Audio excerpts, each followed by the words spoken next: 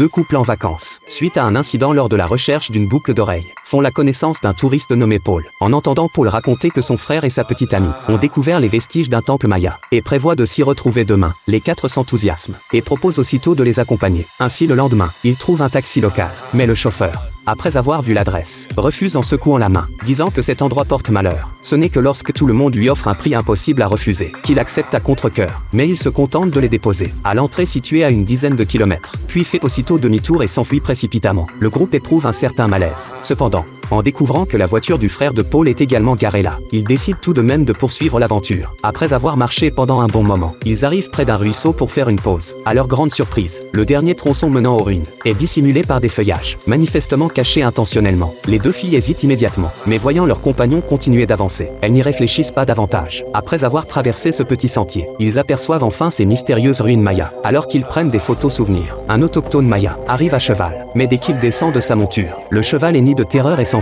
L'homme ne s'en préoccupe pas, au contraire, il se met à leur crier dessus nerveusement. Mais à cause de la barrière de la langue, le groupe ne comprend pas. Jacques croit même qu'il réclame de l'argent, mais quand il sort son portefeuille, l'homme refuse. C'est alors que deux autres autochtones arrivent. Jenny, voyant cela, recule sur les lianes au pied des ruines, tout en appuyant sur le déclencheur. Qui aurait cru que ce geste rendrait les trois autochtones extrêmement furieux, les voyant tous sortir leurs armes. Les compagnons pensent que c'est parce qu'ils ne veulent pas être photographiés. Quand lui aussi monte sur les lianes, prend l'appareil photo et tente d'apaiser la colère des trois hommes, l'autochtone passe directement à l'action. Tous sont terrifiés par ce brusque revirement. Paniqués, ils se précipitent vers le sommet des ruines. À ce moment, davantage d'autochtones arrivent sur place, mais ils ne poursuivent pas le groupe. Ils encerclent plutôt les ruines entières. Au sommet des ruines, ils découvrent la tente du frère de Paul. À l'intérieur, toutes les provisions sont là, mais aucune trace des deux personnes. John sort alors son téléphone pour appeler à l'aide, mais il n'y a aucun signal ici. Le groupe commence à paniquer, alors qu'il cherche d'autres solutions. Paul découvre soudain dans une masse de lianes une silhouette familière. En écartant les plantes, c'est bien le cadavre de son frère. Tandis qu'il est en plein chagrin, les autres aperçoivent une scène désespérante. Les autochtones en bas ont monté des tentes, manifestement décidés à les laisser mourir ici. C'est alors qu'une sonnerie de téléphone familière retentit. Paul réalise que c'est le portable de son frère.